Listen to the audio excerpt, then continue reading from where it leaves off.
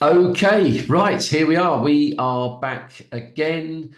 This is the We Quit Booze Brothers. This is a podcast where we try to have honest, no fluff conversations about our various experiences of quitting alcohol. And with me, as always, is my brother Matt. Hello, Matt.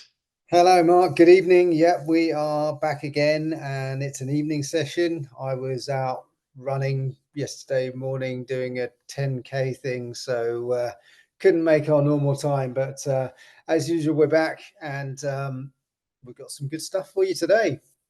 Yeah, and full disclosure, I'm just coming out of COVID as well. So had a few days, felt absolutely shocking yesterday. Feel a little bit better. Well, actually quite a lot better today.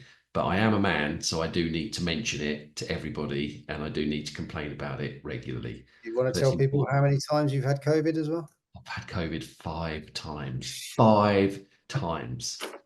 I basically get it every year. I get it, and this year I've had it twice. So there you go. But thank God I don't drink though. Can you imagine what this would feel like if you were hungover? Did think about that. At least don't have to deal with that as well. That Awful. could be terrible. Anyway, so for this session, we are going to continue with our Man Gets Sober sessions and just sort of going through the book, and in no specific order, which is kind of the way the book's written. We wanted to cover two topics today, which are weight gain or weight loss, depending on your which way you want to look at this thing. And then the other topic, which is the sort of next part of the book, is the fear of missing out element, which is a big one. I think it's Yeah. one of the main reasons I feel a lot of people hesitate to quit drinking is because they think they're going to miss out. They think that it's not going to be the same. So you cover that quite extensively in the book, and we wanted to go over that. So let's start with the fat thing, because as we've said on previous podcasts, we were both fat fucks when we drank. And I'll just read you the opening passage from this section of the book, and we'll go from there. Because you basically start by saying, booze makes you fat.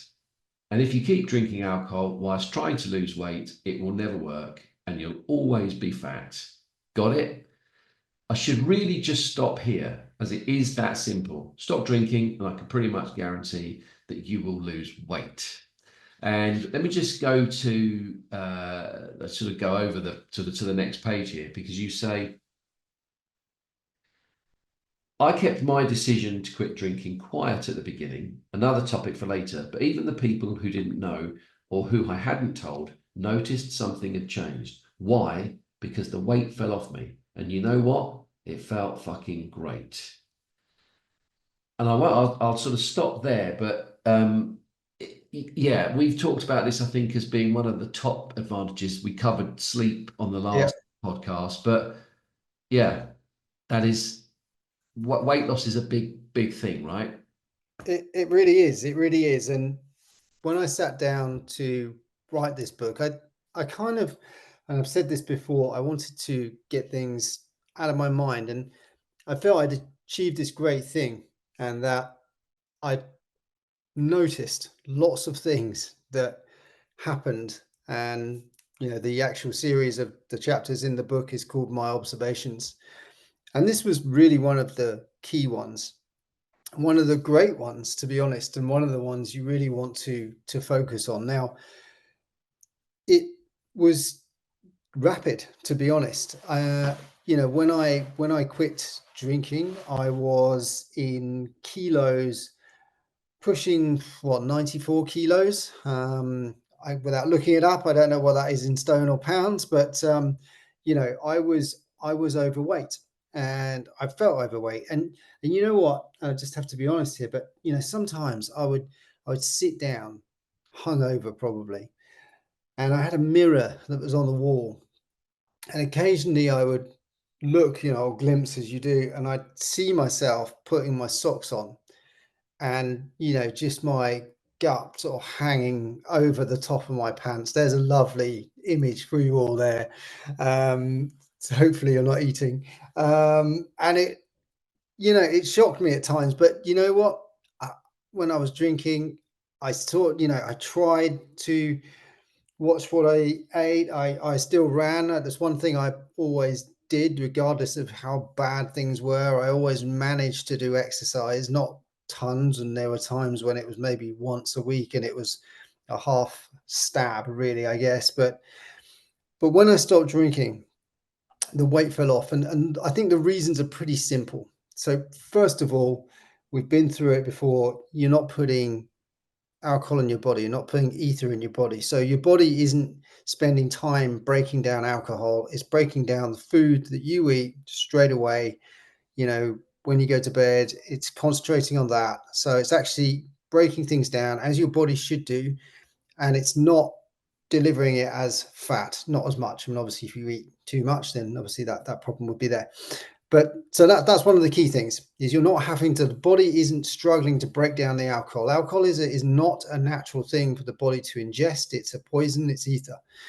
So that undoubtedly helps. The second big thing, I think, and this is just kind of, the nice benefit of it, is when you've been drinking, there were times when I wouldn't eat properly on a Friday, or I'd eat late, and then you wake up and you're hungover. And what do you want when you're hungover? You want to eat, and you don't care. You don't care that you're not. No one ever woke up hungover and said, "Oh, have you got any of that hummus and chickpeas?" You want, like, bacon, egg, something.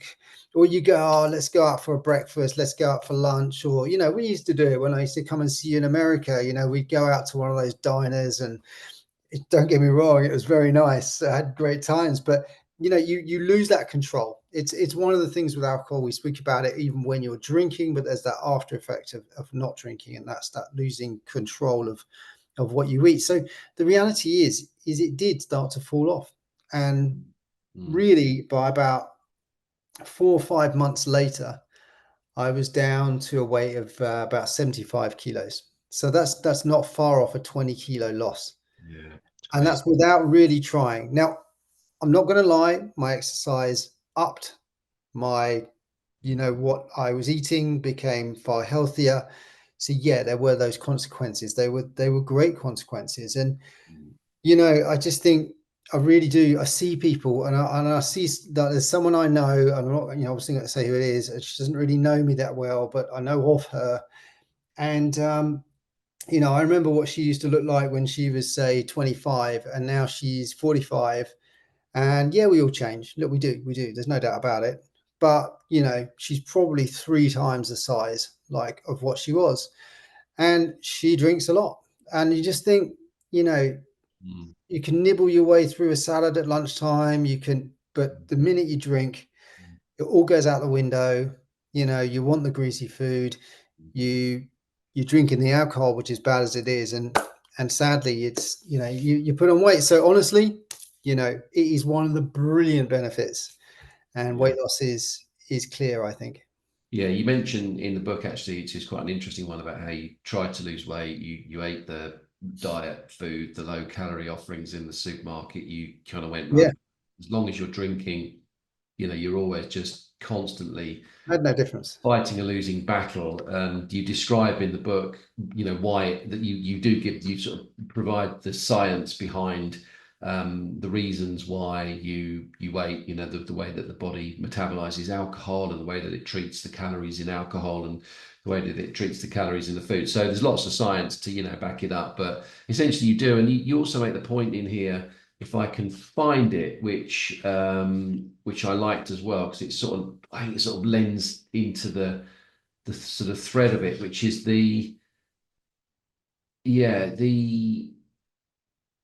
in fact, this made me laugh, because you basically said, I'm living proof that for both women and men, when you knock the booze on the head, you lose weight, gain confidence, have more energy, and for us gents, you get to see your willy a lot more. Happy fucking days. I think you're referring to the when your gut gets so big you can't see your dick, rather than Yeah, I think there's quite a generally, few men who haven't seen generally their stare at your genitals. knob a bit more when you don't when you don't drink.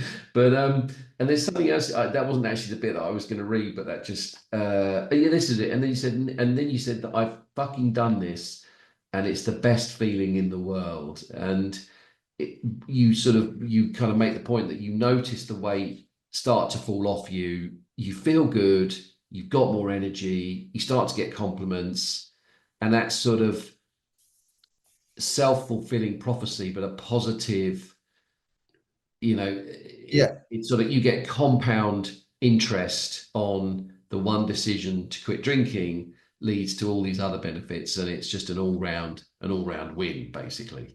it really is. It really is. And like, I don't want to sound pretentious because it really isn't meant to be that way.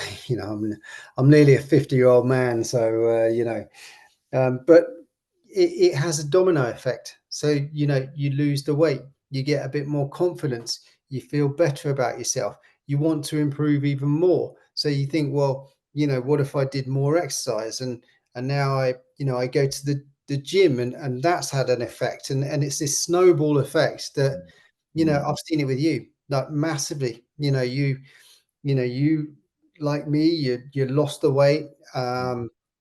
You started really thinking about what you're putting in your body, and not to sort of any obsessional, some people go obviously too far, but you've gone more, what is a good healthy breakfast? What should I be at, because you think about your age as well, and you go, like, at my age, what should I really be, Mm. taking on board? Yeah, like me, you still like to have a cake and still like to have a bit of sugar, and we'll happily go out and have a steak together and stuff like that. But you do sort of, yeah, you kind Yeah, we've said it a few times. I've said it a lot. The one good decision to quit drinking led me to a whole series of knock-on, really good decisions to do other things, which included better nutrition, better eating, prioritizing sleep, working in a more productive and healthy way. So, absolutely. And just the point about, the knock-on effect of it's such a double whammy because the calories that you consume through alcohol get processed in a different way, which ultimately leads to you putting on more weight. There's an enzyme in there which also increases fat in both men and women, Mm, which is described in the book. I won't go into it. And then the sort of knock-on effect of the day after, you just want to fill your face with carbohydrates, you want processed food, you want the sauce. And you do say in here, you say, let's face it, when you've had a skinful, no one staggers into the kitchen the next morning, head pounding, underpants halfway wedged up their arse, and asks if there's any leftover hummus and carrots. Um, you want the double, I remember I used to always offer to go and get McDonald's breakfast in the yeah. morning. And I would Yeah. drive to the drive-through and I'd order the sausage and egg McMuffins or whatever, and I would eat one Al literally Always 2 hash browns. on the way home. That's how the sort of crap you eat. So okay, look, I think we've done that. We've talked about that a lot before. I mean, Yep, losing weight is such a positive thing because it gives you more energy. It's healthier. We know it's healthier. We're not yep. fat shaming here. This is not being No, not at in all. any way prejudicial against that. It's just kind of a fact. If you are able to lose that excess body fat, you Yeah, will feel better. You will have more energy, and it's just a very, very nice and positive side effect of quitting alcohol. But you then go absolutely. on to talk about. So, did you want to say something else on No, that? no, no, I just agreeing. And, weight is can be a difficult thing for people, and we do understand and respect that. And like I say, that's why I called it my observations in the book, because it really is. It's just the truth from me, what happened to me, and obviously you had the same effects. So, we Yeah. felt it important Okay. to talk about it. Yeah. So the next part, which is a good one, I think, which is the fear of missing out. And like I've said, this is something that a lot of people I talk to, a lot of people I work with, are concerned about. What am I going to do when I stop drinking? And you summarize it in the book, and you say it's the reminiscing that really slaps you about with fear of missing out. After a while, you start to forget about the horrific, self-destructive, chaotic, off your tits lifestyle that drink and or drugs created. You start to remember the good times, the fun, the adventure, the excitement. This generally happens when you're bored or in situations that you formerly associated with your habit. My Friday nights used to go as follows: leave work very excited that it's the weekend, drive towards home, phone a dealer approximately 15 minutes before I wanted to score, meet up, pick up some coke, drive to the supermarket, snort coke in the toilets of the supermarket, float around the supermarket buying food. Not that I wanted it, as eating when you're coked up is frankly a Herculean effort. Cocaine massively suppresses your appetite and causes you to almost gag when eating. It's very tricky, believe you me. Buy a bucket load of booze in the supermarket, drive home, get drinking. And you know what? For a long time, when my habit felt semi under control, I absolutely fucking loved doing this. No doubt about it. It seemed like the best thing in my life. Those Friday nights when everything came together and I was high and drunk in my kitchen, I was in a place of pure fucking joy, or so I believed. So yeah, quite powerful, quite a lot in there, but really well put, because you are right. It's definitely, we all get that, and it's normally about 6 months, I would say, after you've quit, because you basically, the novelty of not drinking has kind of worn off a little bit. The compliments have stopped. You've normalized not drinking, and now it's not quite as amazing perhaps as it felt a few months ago, and you've got to kind of consider dealing with the rest of your life not drinking, and you have these moments, and you've mentioned it in your book. It's a thing, right? It's Yeah, not yeah, nothing. it's a real thing. It's a real thing, and I think it is powerful when when you first stop, because you have to adapt. You have to live differently. I think that's the key thing. You have to live differently. So the reality is, going to the pub at the beginning when you've stopped drinking, probably not a great idea. You know, Also, not doing anything when you've just quit drinking, not a very good idea. You have to find things to fill those times that you before used to drink or associated with drinking, or in my case, drug taking as well. And the problem is you're absolutely right. So you start to win the battle, I guess, and you start to feel confident. And then that little evil shit in your head starts to go, well, maybe you didn't really have a problem. You know, maybe you've stopped. You've done 6 months. Wasn't that hard? Um, maybe it was. Maybe you were wrong. Maybe you didn't. Maybe you weren't addicted. Maybe you weren't an alcoholic, or whatever you want to call it. Maybe you didn't have a drink problem, or you know a problem drinker. You were not. So you start to sort of have those.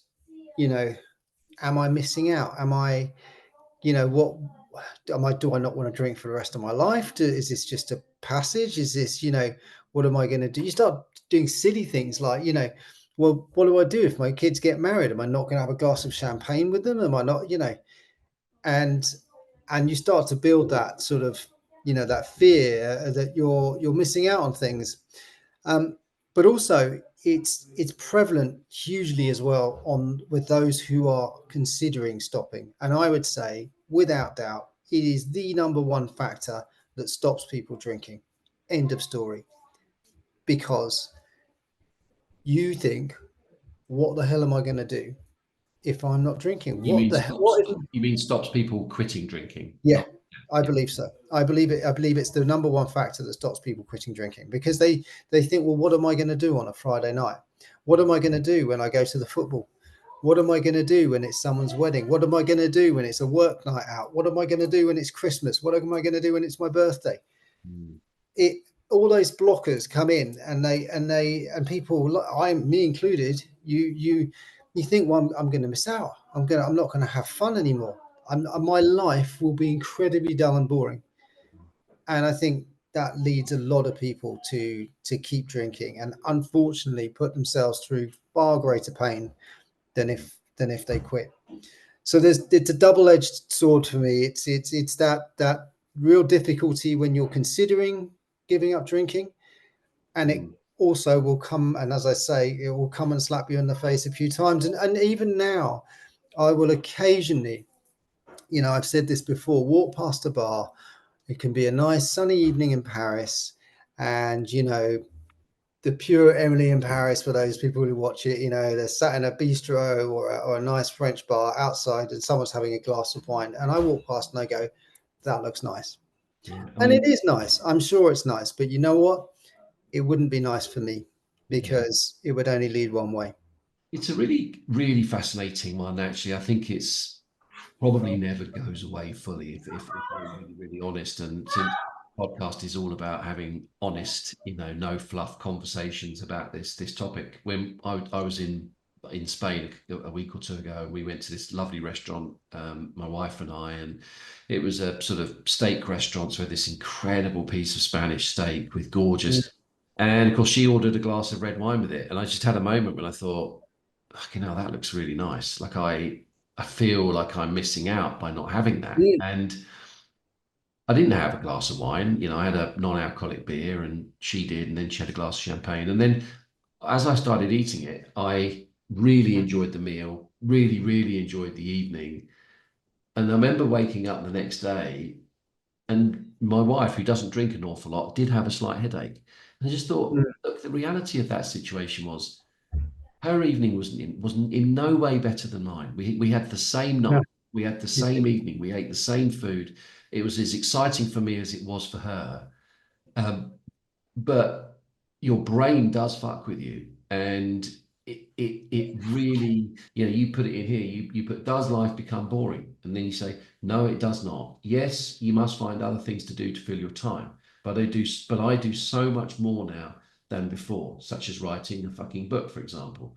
My family life has improved. I'm better off financially. I'm excited by the future. I wake up every day feeling great. I've lost weight. And you know what? I feel pretty smug about it all. It's done, and I'm very, very proud of that. And that, you know, no drink tastes as good as feeling proud of yourself feels, I would say. I could not agree more. And that's something to consider. It is I don't think there's an easy answer to this one. I wish there was. I wish we could give people the easy answer. I think the only thing you can say about this is you're going to experience occasions where you'll get those fleeting moments of, am I missing out? That looks like it's something nice to do. Mm, But they will pass, and you will wake up the next day feeling so incredibly proud of yourself. And I don't know if you've had these, but I've had a number of drunk dreams since I quit. yeah, that happens. Yeah, where I dream that I drank. I Yeah, dream in my dream, and and you wake up and you're a bit like, oh my god, yeah, I'm did I have a dream? horrified. I Yeah, can't believe I did it. And that, I wish I could bottle that feeling when you realize that it was just a dream. You realize mm, that you haven't. And it's interesting actually, because I was on a dog walk today with my wife, and yesterday well, as mentioned at the beginning of this pod, I'm just recovering from COVID. I don't feel terrific today, but I felt absolutely fucking terrible yesterday. When I'm ill, I'm like most men, I just hate yeah, it. And I had near a really bad toothache as well, just to sort of make matters worse. And we were on our dog walk, and she went, "Well, you're a bit more happy than you were yesterday, because we went out with the dogs, and I was grumpy and I was feeling ill and I had a really bad death. tooth. I was full of COVID." And I said, "Oh yeah, well, I am feeling a lot better today. Thanks very much." And she said, "Well, to be fair, that mood you were in yesterday, that used to happen quite a lot when you used to drink. That Gosh, that kind of grumpy, don't really want to talk. Everything just feels like a huge effort. yeah, And for that one small moment of, I wish maybe I could do this thing, you get a lifetime of benefits and upside. And it's really that which we're yeah, encouraging everybody to just experience, because it makes such a difference.